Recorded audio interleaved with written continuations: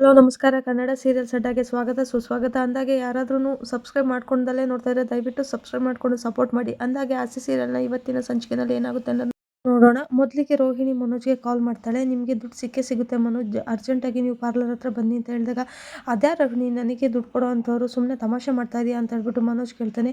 ಛಾಯಾ ಬಂದಿದ್ದಾಳೆ ಮನೋಜ್, ಬೇಗ ಬನ್ನಿ ಅಂತ ಹೇಳಿದಾಗ, ಛಾಯಾನಾ ಅಂತ ಹೇಳ್ಬಿಟ್ಟು ಅವನಿಗೆ ಆಶ್ಚರ್ಯ ಆಗುತ್ತೆ. ಸರಿ ಸರಿ ರೋಹಿಣಿ, ನಾನು ಈಗಲೇ ಬರ್ತೀನಿ, ಎಲ್ಲೂ ಹೋಗ್ದಿಲ್ದಂಗೆ ನೀನು ಹಾಗೆ ಮ್ಯಾನೇಜ್ ನಾನು ಈಗಲೇ ಬರ್ತೀನಿ ಅಂತ ಹೇಳ್ತಾನೆ. ಸರಿ ಮನೋಜ್ ಬೇಗ ಬನ್ನಿ ಅಂತ ಹೇಳ್ಬಿಟ್ಟು ನೆಕ್ಸ್ಟ್ ರೋಹಿಣಿ ಬಂದ್ಬಿಟ್ಟು, ಮೇಡಮ್ ಒಂದು 10 ನಿಮಿಷ ಎಲ್ಲ ಸ್ಟಾರ್ಟ್ ಮಾಡಿಬಿಡ್ತೀನಿ ಅಂತ ಹೇಳ್ತಾಳೆ. ಆಗ ಸರಿ ಆಯಿತು ಬೇಗ ಮಾಡಿ, ನನಗೆ ಟೈಮ್ ಆಗ್ತಿದೆ ಅಂತ ಛಾಯಾ ಹೇಳ್ತಾಳೆ.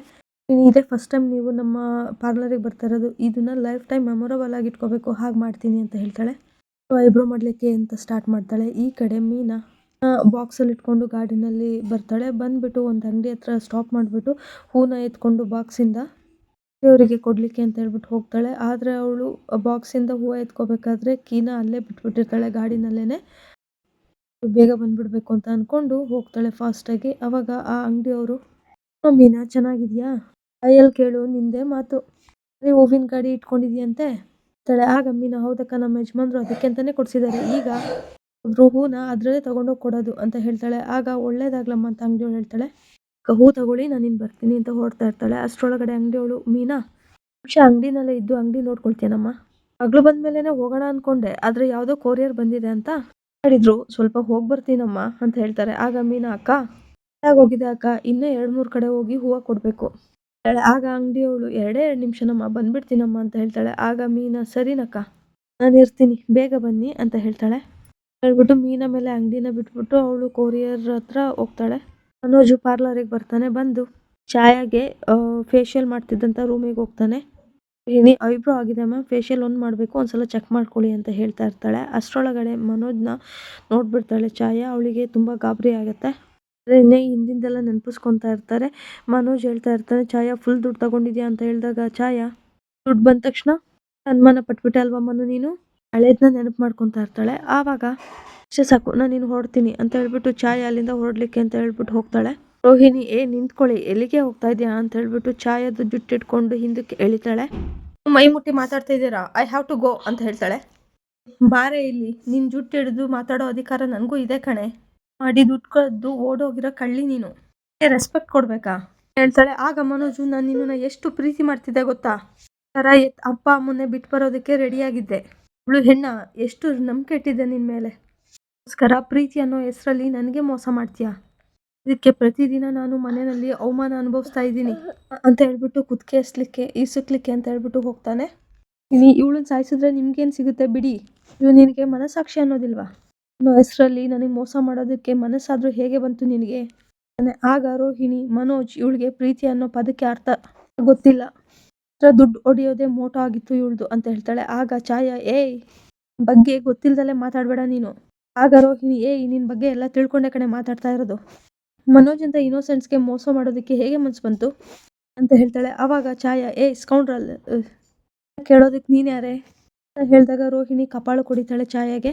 ರೋಹಿಣಿ, ಯಾರನ್ನ ಬೇಡ ಅಂತ ಬಿಟ್ಟೋದ್ಯೋ ಅನ್ನೋರು ಕಣೆ, ಮನಸ್ಸಿಗೆ ನಿರಾಸೆ ಮಾಡಿದ್ಯೋ ಆ ಮನಸ್ಸಿಗೆ ಆಸರೆ ಆದವಳು ಕಣೆ, ಹೃದಯನ ಒಡೆದಾಕಿದ್ಯೋ ಹೃದಯಕ್ಕೆ ಜೊತೆ ಆಗಿರೋಳು ಕಣೆ ನಾನು ಅಂತ ಹೇಳ್ತಾಳೆ. ಆವಾಗ ವಾಟ್ ಅಂತ ಹೇಳ್ಬಿಟ್ಟು ಛಾಯಾ ಹೇಳಿದಾಗ Manoj, yes she is my wife, question ಮಾಡೋ ಎಲ್ಲ ರೈಟ್ಸು ಇದೆ, ಆಗ ನೋಡ್ತಾ ಇದೀಯಾ ನೀನು ಮೋಸ ಮಾಡೋದ್ರೆ ನಾನು ದೇವದಾಸ್ ನೀ ಅಂತ ಅನ್ಕೊಂಡಿದ್ಯಾ ಅಂತ ರಾಕ್ಷಸಿನ ನನ್ನ ಜೀವನದಿಂದ ದೂರ ಮಾಡಿದ್ದು ದೇವರು, ದೇವಂತೆ ಅಂತ ರೋಹಿಣಿನ ನನ್ನ ಜೀವನಕ್ಕೆ ಕೊಟ್ಟಿದ್ದಾರೆ ಕಣೆ, ರೋಹಿಣಿ ಜೊತೆ ಸಂತೋಷವಾಗಿದ್ದೀನಿ, ನನ್ನ ಬಿಟ್ಟೋಗಿದ್ದು ಒಳ್ಳೇದೇ ಆಯಿತು, ರಾಡ್ನ ನಾನೇನಾದರೂ ಮದುವೆ ಆಗಿಬಿಟ್ಟಿದ್ರೆ ಜೀವನ ಚಿತ್ರಾನ್ನ ಆಗೋಗಿತ್ತು. ಕ್ಲಾಪ್ಸ್ ಹಾಕ್ಬಿಟ್ಟು, ಸೊ ಫೈನಲಿ ನನ್ನಿಂದ ನಿನಗೆ ಒಳ್ಳೇದೇ ಆಗಿದೆ, ಇದೆಲ್ಲ ಐ ಹ್ಯಾವ್ ಟು ಗೋ ಹೋಗ್ತಿರ್ತಾಳೆ. ಆವಾಗ ಎಲ್ಲಿಗೆ ಹೋಗ್ತಿದ್ಯಾ ಕಳ್ಳಿ ಅಂತ ಹೇಳ್ಬಿಟ್ಟು ರೋಹಿಣಿ ಅವಳ ಕೈನ ಹಿಡಿದು ಇವ್ರಿಗೆ ಕೊಡಬೇಕಾಗಿರೋ 25 ಲಕ್ಷನ ಎಲ್ಲಿಗೆ ಬೇಕಾದರೂ ತೊಲಗು, ಆದರೆ ಇಲ್ಲಿಂದ ದುಡ್ಡು ಕೊಡ್ದಲ್ಲೇ ಒಂದು ಹೆಜ್ಜೆ ಕೂಡ ಮುಂದೆ ಇಡೋಕ್ಕಾಗಲ್ಲ ಅಂತಾಳೆ. ಆವಾಗ ಛಾಯಾ, ಏನು ಎದುರಿಸ್ತಾ ಇದೆಯಾ, 6 ತಿಂಗಳು ಒಂದೇ ಅಪಾರ್ಟ್ಮೆಂಟಲ್ಲಿದ್ದೀನಿ, ಅದಕ್ಕಿದು ಸರಿ ಹೋಯ್ತು ಅಂತ ಹೇಳ್ತಾಳೆ. ನೀನಿಚ್ಚಿ ಇದನ್ನ ಹೇಳಕ್ಕೆ ನಿನಗೆ ನಾಚಿಕೆ ಆಗ್ತಾ ಇಲ್ವಾ, ಇದ್ದಿದ್ದಕ್ಕೆ ದುಡ್ಡು ಸರಿ ಹೋಯ್ತು ಅಂತ ಹೇಳಿದ್ರೆ ಬರೋ ಅರ್ಥನೇ ಬೇರೆ, ಬರೋ ಹೆಸರು ಬೇರೆ ಅಂತ ಹೇಳ್ತಾಳೆ. ಆವಾಗ ಅಂತ ಹೇಳ್ಬಿಟ್ಟು ಛಾಯಾ ಆವಾಜ್ ಹಾಕೋಕೆ ಹೋಗ್ತಾಳೆ. ರೋಹಿಣಿ ಕೂಡ ಬೇಕಾಗಿರೋ 27 ಲಕ್ಷ ದುಡ್ಡ ಕೊಟ್ಬಿಟ್ಟು ಆಚೆ ಹೋಗು ಅಂತ ಹೇಳ್ತಾಳೆ. ಆಗ ಮನೋಜ್ ದುಡ್ಡು ನಮ್ಮ ಅಪ್ಪಂದು ರಿಟೈರ್ಮೆಂಟ್ ದುಡ್ಡು, ಅದನ್ನು ನಾನು ಕದ್ಕೊಂಡು ಹೋಗ್ಬೇಕು ಅನ್ನೋದಾಗಿರಲಿಲ್ಲ ನನ್ನ ಉದ್ದೇಶ. ಅದರಲ್ಲಿ ಬಿಸ್ನೆಸ್ ಶುರು ಮಾಡಿ ಆ ಅಮೌಂಟ್ನ ಮತ್ತೆ ವಾಪಸ್ ಕೊಡಬೇಕು ಅನ್ನೋದಾಗಿತ್ತು. ಈಗ ದಿನ ಆ ದುಡ್ಡನ್ನ ಕದ್ದು ಓಡೋಗಿರೋ ಪಟ್ಟನ ಮನೆ ಕಟ್ಟಿ ಅವಮಾನ ಮಾಡ್ತಾ ಇದ್ದಾರೆ. ಇದೇ ಫೈನಲ್ ವಾರ್ನಿಂಗ್. ನನ್ನ ದುಡ್ಡನ್ನ ವಾಪಸ್ ಕೊಟ್ಬಿಡು ಅಂತ ಹೇಳ್ತಾನೆ. ಆವಾಗ ಛಾಯಾ, ಹಲೋ, ಜೊತೆ ಸ್ವಲ್ಪ ತನ ಇದ್ದು ನನ್ನ ಜೀವನನ ನಾನು ವೇಸ್ಟ್ ಮಾಡ್ಕೊಂಡಿದ್ದೀನಿ, ಅದಕ್ಕೆ ಆ ದುಡ್ಡು ಸರಿ ಹೋಯ್ತು. ಮೋಸ ಮಾಡಿದೆ ಅನ್ನೋ ಮಾತನ್ನ ನನ್ನ ಹತ್ರ ಹೇಳಬೇಡ. ನೀನು ಮೋಸ ಮಾಡಿಲ್ಲ, ನೀನೇ ಮುಟ್ಟಾಳ ಆಗಿದೆಯಾ ಅಷ್ಟೇ. ನೀನು ದೊಡ್ಡ ಸಾಚ ಅನ್ನೋ ಥರ ಮಾತಾಡ್ತಾ ಇದೆಯಾ. ಒಂದು ಹೆಣ್ಣನ್ನು ನಂಬಿಸಿ ಮದುವೆ ಆಗ್ತೀನಿ ಅಂತ ತಾನೇ ಹೇಳಿ ಆ ದುಡ್ಡನ್ನ ನಿನ್ನ ಹೆಸ್ರಿಗೆ ಮಾಡಿಸ್ಕೊಂಡಿದ್ದು ಅಂತಾಳೆ. ಆಗ ರೋಹಿಣಿ, ಆ ಥರ ಪ್ಲ್ಯಾನ್ ಮಾಡಿ ಒಂದು ಹೆಣ್ಣಿನ ಜೀವನನ ಹಾಳು ಮಾಡೋ ಥರ ಮಾಡಿದ್ದು ನೀನೇ ಕೊನೆ. ಮರ್ಯಾದೆಯಿಂದ ಅವ್ರಿಗೆ ಕೊಡಬೇಕಾಗಿರೋ ದುಡ್ಡನ್ನ ಕೊಟ್ಟರೆ ಸರಿ ಅಂತ ಹೇಳ್ತಾಳೆ. ಆಗ ಛಾಯಾ, ನಾನು 1 ರೂಪಾಯಿನೂ ಕೊಡಲ್ಲ, ಏನು ಮಾಡ್ತೀಯಾ? ಆಗ ರೋಹಿಣಿ, ಓಹೋ, ನೀನು ಹೀಗೆಲ್ಲ ಕೇಳಿದ್ರೆ ಯಾಕೆ ಕೊಡ್ತೀಯಾ ಹೇಳು? ಪೊಲೀಸಿಗೆ ಫೋನ್ ಮಾಡಿ, ಆಲ್ರೆಡಿ ಇವಳ ಮೇಲೆ ಕಂಪ್ಲೇಂಟ್ ಕೊಟ್ಟಿದ್ದೀವಲ್ಲ, ಮೇಲ್ನಲ್ಲೇ ವಿಚಾರಣೆ ಮಾಡಿದ್ರೆ ದುಡ್ಡು ತಾನಾಗೆ ಬರುತ್ತೆ. ಆಗ Chaya, please don't call to police, ಕೆನಡಾಗೆ ಹೋಗಬೇಕು. ಆಗ ರೋಹಿಣಿ, ಓಹೋ, ಇದು ಇನ್ನೂ ಚೆನ್ನಾಗಿದೆ.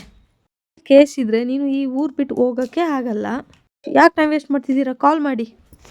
ಆಗ ಛಾಯಾ, ನೋ ನೋ ಪ್ಲೀಸ್ ಕಾಲ್ ಮಾಡಬೇಡಿ, ನಾನು ಕೆನಡಾಗೆ ಹೋಗಲೇಬೇಕು, ಜೀವನನ ಹಾಳು ಮಾಡಬೇಡಿ. ನೀನು ಎಷ್ಟು ಜನರ ಜೀವನ ಹಾಳು ಮಾಡಿದೀಯೇ ಕೇಳಿ. ದುಡ್ಡನ್ನ ಕೊಟ್ಟು ನೀನು ಕೆನಡಾಗೆ ಹೋಗು ಅಥವಾ ದೇವ್ರ ಹತ್ರನಾದರೂ ಹೋಗು, ಡೋಂಟ್ ಕೇರ್ ಅಂತ ಹೇಳ್ತಾಳೆ. ಮನೋಜ್ಗೆ ನೀವು ಕಾಲ್ ಮಾಡಿ ಅಂತ ಹೇಳ್ತಾಳೆ. ಮನೋಜ್ ಸರಿ ಆಯಿತು ಅಂತ ಹೇಳ್ಬಿಟ್ಟು ಹೊರಗಡೆ ಬಂದು ರೂಮಿಂದ ಕಾಲ್ ಮಾಡ್ತಾನೆ ಪೊಲೀಸ್ ಸ್ಟೇಷನ್ ಅಂತ ಹೇಳ್ತಾನೆ. ಅಷ್ಟರೊಳಗಡೆ ತಪ್ಪಿಸ್ಕೊಳಕಂತ ನೋಡ್ತಾಳೆ. ಛಾಯಾ ಜುಟ್ಟಿಟ್ಕೊಬಂದು ಚೇರ್ ಮೇಲೆ ಕೂರಿಸ್ಬಿಟ್ಟು, ರೋಹಿಣಿ, ತಪ್ಪಿಸ್ಕೊಂಡು ಹೋಗ್ತೀಯ ರಾಕ್ಷಸಿ, ಇಲ್ಲಿಂದ ತಪ್ಪಿಸ್ಕೊಂಡು ಹೋಗೋ ಪ್ರಯತ್ನ ಮಾಡಿದ್ರೆ ಸ್ಕ್ರಾಪ್ ಆಗಿಬಿಡುತ್ತೆ ಅಂತ ಹೇಳ್ತಾಳೆ. ಇವಳು ಅಂಗಡಿ ಹತ್ರ ಬಂದ್ಬಿಟ್ಟು, ಮೀನಾ ತುಂಬ ಥ್ಯಾಂಕ್ಸ್ ಅಮ್ಮ ಅಂತ ಹೇಳಿದಾಗ, ಸರಿ ಅಕ್ಕ, ನಾನು ನೀನು ಬರ್ತೀನಿ, ಬರ್ತಾ 2 ಮೊಳ ಹೂವು ತರ್ತೀನಿ ನಾಳೆ ಅಂತ ಹೇಳ್ಬಿಟ್ಟು ಅಲ್ಲಿಂದ ಹೊರಡ್ತಾಳೆ. ನಿಲ್ಲಿಸಿರೋ ಜಾಗಕ್ಕೆ ಬರ್ತಾಳೆ. ಗಾಡಿ ನಿಲ್ಲಿಸಿರೋ ಜಾಗಕ್ಕೆ ಬಂದು ನೋಡಿದ್ರೆ ಗಾಡಿನೇ ಇರೋದಿಲ್ಲ. ಆಗ ಮೀನಾ, ನಾನು ಇಲ್ಲೇ ಅಲ್ವಾ ಗಾಡಿ ನಿಲ್ಲಿಸಿದ್ದು, ಏನಾಯಿತು? ಇದ್ದವ್ರ ಹತ್ರ ಹೋಗ್ಬಿಟ್ಟು, ಅಣ್ಣ ಇಲ್ಲಿ ಗಾಡಿ ಇತ್ತು ನೋಡಿದ್ರ ಅಂತ ಹೇಳಿ ಕೇಳ್ತಾಳೆ. ಇದ್ದವರು ಇಲ್ಲಿ ಹಿಂದೆ ಒಂದು ಬಾಕ್ಸ್ ಇತ್ತಲ್ಲ ಆ ಗಾಡಿನೇ ಅಂತ ಕೇಳ್ತಾಳೆ. ಹೌದಣ್ಣ ಅಂತ ಹೇಳ್ತಾಳೆ. ಆಗ ಪೊಲೀಸ್ನವ್ರು ತಗೊಂಡು ಹೋದ್ರಲ್ಲಮ್ಮ, ಇಲ್ಲಿ ನೋ ಪಾರ್ಕಿಂಗ್ ಅಂತ ಇದೆ ಅಲ್ವಾ, ಹಾಗಾಗಿ ಅಂತ ಹೇಳ್ತಾರೆ. ನೋಡಿ, ನೀವು ಹಿಡ್ಕೊಂಡ್ರೆ ತಪ್ಪು, ನಾವು ಹೋಗ್ಲಿಕ್ಕೆ ಬಿಡಿ, ಕಾನ್ಸಿಕ್ವೆನ್ಸಸ್ನ ಫೇಸ್ ಮಾಡಬೇಕಾಗುತ್ತೆ ಅಂತ ಹೇಳ್ತಾಳೆ. ಆಗ ರೋಹಿಣಿ, ನೀನೇ ದೊಡ್ಡ ಕ್ರಿಮಿನಲ್ಲು, ರೂಲ್ಸ್ ಬಗ್ಗೆ ಮಾತಾಡ್ತೀಯಾ?